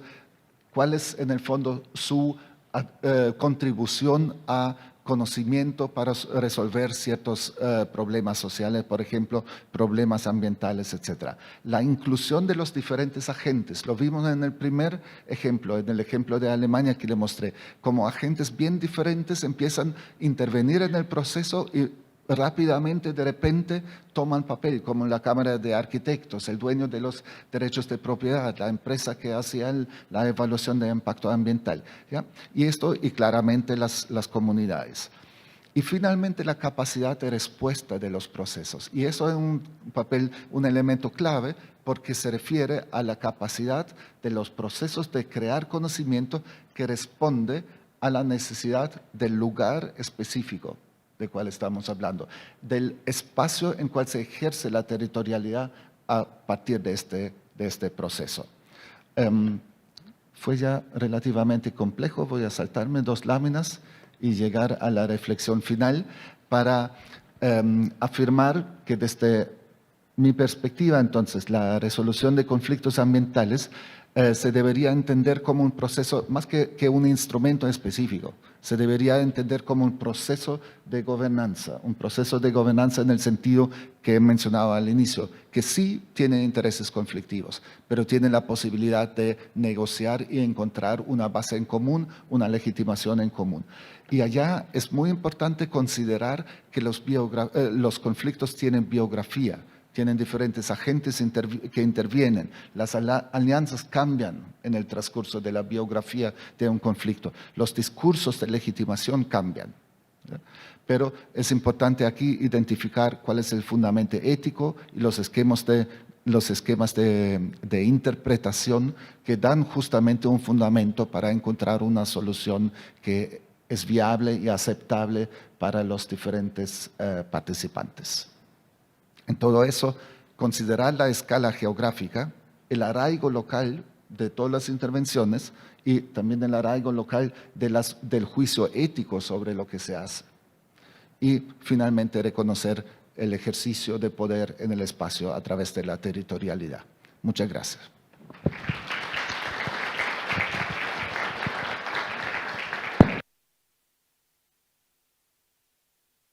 Gracias. Ahora daremos inicio a la ronda de preguntas. Se agradece mucho el interés, hay hartas preguntas. Yo creo que por razones de tiempo vamos a abordar 2 preguntas por cada expositor y si el tiempo lo permite podríamos continuar con más preguntas.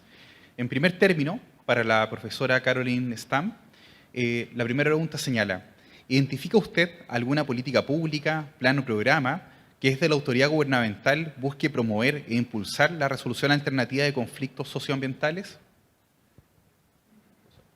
¿Se juntan las preguntas? Yo creo que mejor una. Yo creo que Gonzalo respondió a esta pregunta. No hay en Chile una regulación en temas ambientales sobre la resolución de conflictos. Sin embargo, hay experiencias. Por ejemplo, los diálogos territoriales de valor minero fueron una experiencia para generar algún tipo de mediación antes de la presentación de proyectos mineros.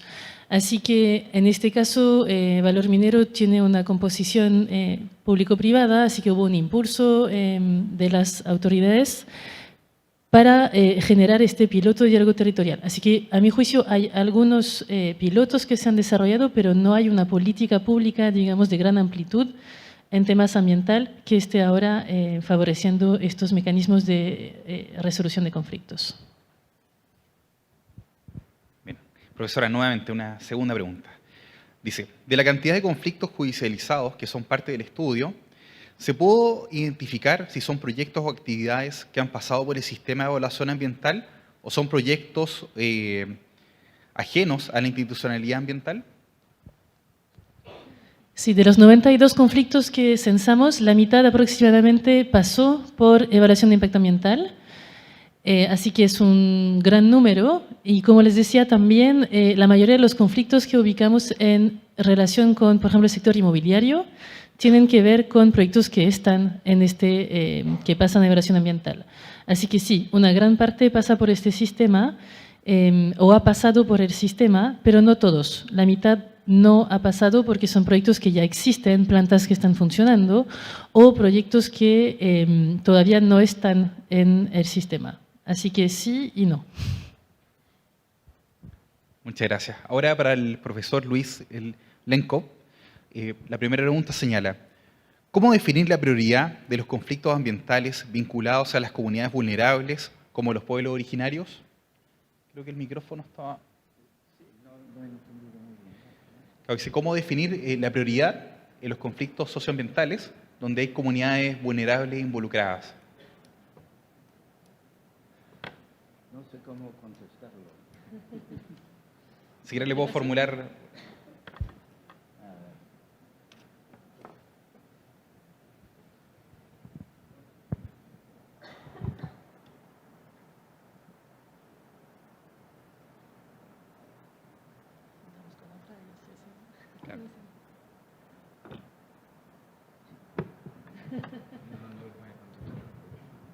Ya, vamos a formular una segunda pregunta, profesor. Dice, a su parecer, ¿de qué forma las estrategias participativas contribuyen una mejor herramienta para la resolución alternativa de conflictos frente al quehacer de los tribunales ambientales? Pues yo creo que tenemos muchos ejemplos de éxitos y justamente lo que iba a presentar, pero no tengo tiempo, en Cataluña Central se pudo a través de una evaluación multicriterio y con participación obviamente con actores locales.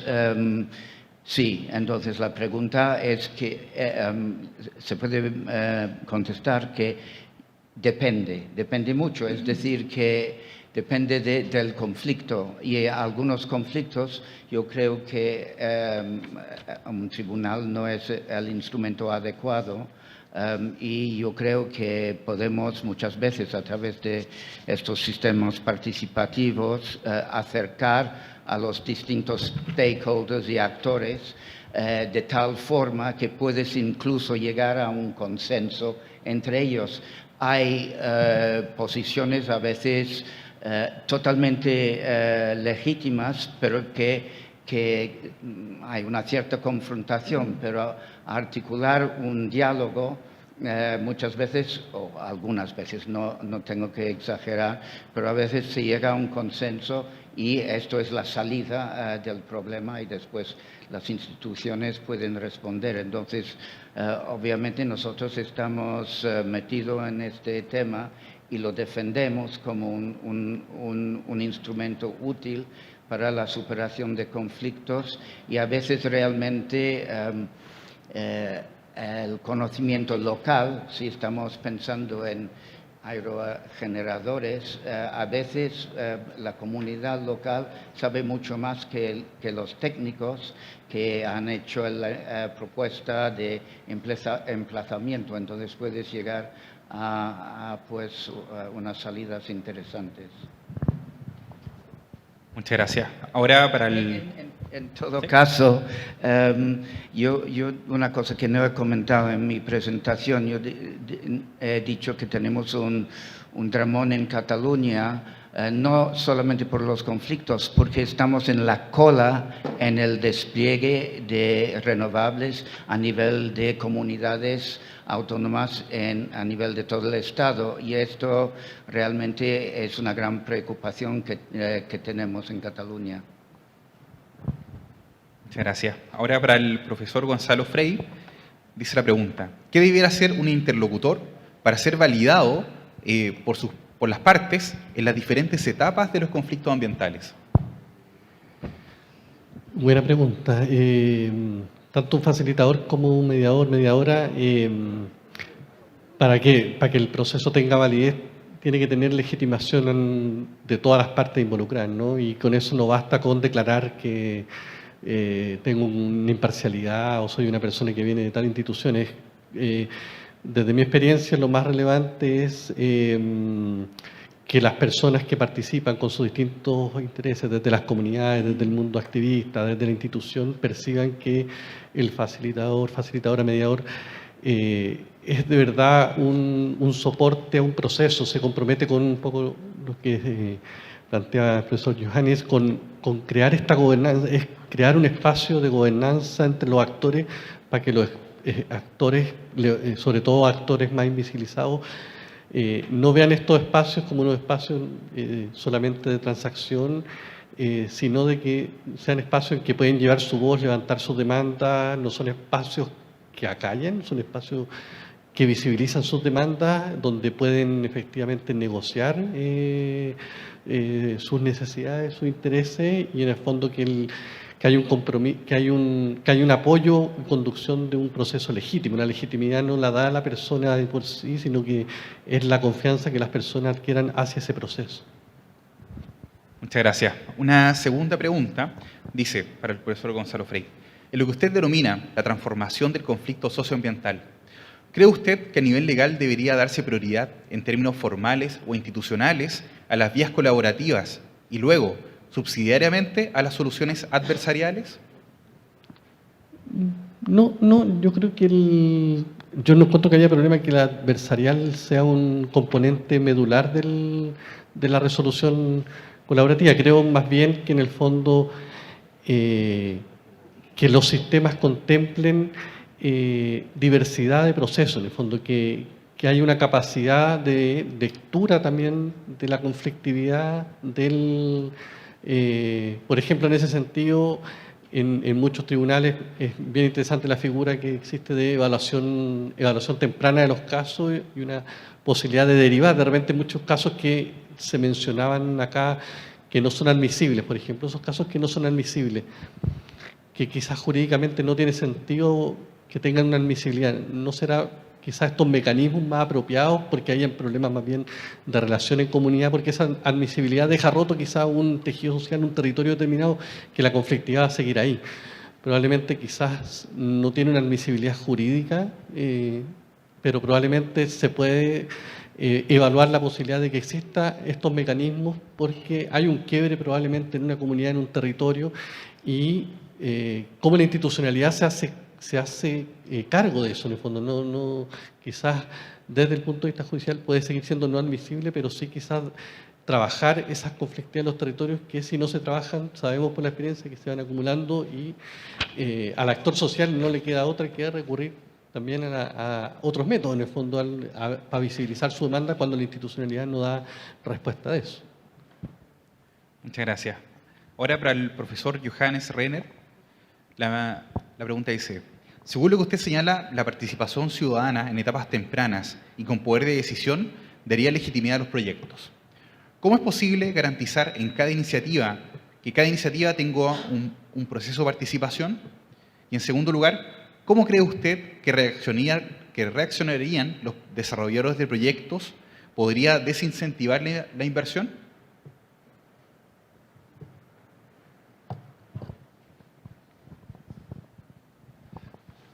Definitivamente usted me entendió correctamente en un tema clave, la participación temprana en esos procesos por parte de la ciudadanía. El momento desde nuestra perspectiva sobre cómo se desarrollan los conflictos, por eso estamos hablando de la lógica de una biografía del conflicto, por ende es tan importante una inclusión temprana.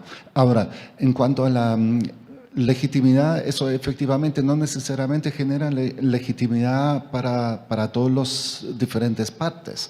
Es parte del proceso de gobernanza que la lógica de legitimidad de cada uno de los participantes puede ser diferente. Entonces es importante que el proceso en sí mismo o el proyecto del cual estamos hablando encuentre una base en una legitimidad acordada entre los participantes. Y en tal vez suena un poco abstracto, pero lo menciono porque eso puede significar que efectivamente proyectos se caigan por eso. Claramente que sí, eso puede ocurrir. Ahora, yo creo que allá es importante ver un poco el contexto de un cierto ámbito y yo personalmente creo que el problema de Santiago no es precisamente que podría ocurrir que algún proyecto se caiga. Entonces, yo no vería en el fondo eso como una amenaza tan dramática que podría desincentivar la inversión en proyectos. Muchas gracias.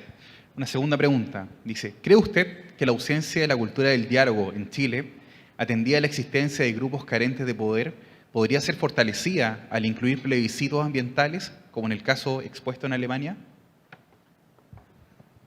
Definitivamente el tema de la visión de que hay grupos que carecen de recursos de poder tiene un fundamento, digamos, en hechos de recursos, ¿ya? Y tiene un fundamento en la historia, evidentemente, una historia de cómo tradicionalmente se están tomando las decisiones. Y eso es un proceso lento. Alemania es un país descentralizado, ¿ya? Entonces, de allí en el fondo viene mucho más la lógica que hay plebiscitos en escala relativamente local que deciden sobre sus propios proyectos. Eso no es simplemente un mérito de lo que se está haciendo en este momento. Muchas gracias. Profesor, tenemos 5 minutos extra, así que vamos a continuar con más preguntas. Profesor Luis. Bueno, quería hacer un añadido a la situación en Cataluña. El emplazamiento de parques eólicos por parte de muchas comunidades está percibido como extractivismo, en el sentido que se exporta los beneficios y hay muchos impactos sobre la vida social. Entonces está visto como, en el caso de la minería, una extracción de un lugar muy concreto sin beneficios para la comunidad local, y esto ha surgido en diversos conflictos, esa idea de que esto es extractivismo en el sentido minero casi. Y un ejemplo fuera de Cataluña, en este caso África del Norte, hay este gran proyecto de generar energía por la empresa Desertec en la zona de Sáhara y con la idea de exportar y dar lugar a seguridad energética a Europa, pero también la crítica que no esperaban, pero era perfectamente esperable, que claro, es otro caso de extractivismo duro y puro. Muchas gracias. Para la profesora Caroline Stamm, dice, en el mapa de conflictividad de la región metropolitana no se juzga si el conflicto es real o si tiene legitimidad. ¿Solo con el hecho de que exista una manifestación es razón suficiente para darle legitimidad? Bueno, yo creo que cualquier conflicto es legítimo en cuanto hay un grupo de personas que se moviliza en contra de una decisión sobre su territorio. Así que no sé cómo se ve desde el derecho el tema de la legitimidad de los conflictos, pero por lo menos desde las ciencias sociales, cualquier tipo de movilización es legítima para ser por lo menos considerada. No sé después si lo es para entrar a una corte de justicia, ahí es otro debate. Pero lo que resaltamos de estas movilizaciones es que aunque sean movilizaciones de tipo Nimbay, como se comentaba anteriormente, no quiero eso cerca de mi casa porque o va a devaluar el precio de mi casa o porque va a tener un impacto que yo no quiero tener, no es porque uno puede considerar que no son buenos argumentos, que no son legítimos estos argumentos. Así que, a mi juicio, todos son legítimos, o por lo menos tenemos que considerarlos, porque es parte de cómo decidimos vivir en común, cómo decidimos planificar nuestros territorios y tomar decisiones sobre nuestros territorios.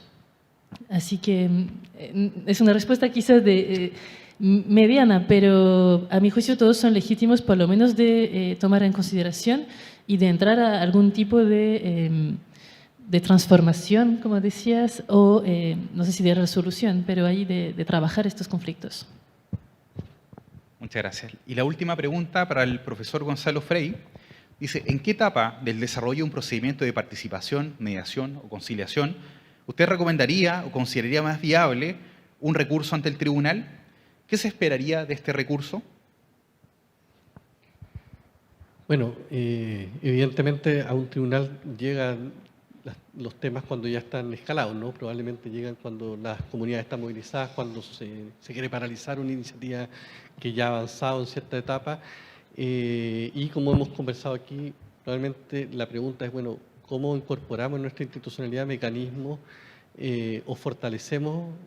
Chile cuenta con mecanismos de participación ciudadana. Probablemente tenemos graves deficiencias y hay que preguntarse qué está pasando en estas etapas tempranas y ahí quizás fortalecer estos mecanismos como la facilitación, como la participación ciudadana temprana, la mediación como mecanismo evidentemente previos al inicio, cuando ya tenemos primeras manifestaciones de oposición de comunidades a cierta iniciativa. Probablemente nos ahorraría muchos dolores de cabeza, ¿no?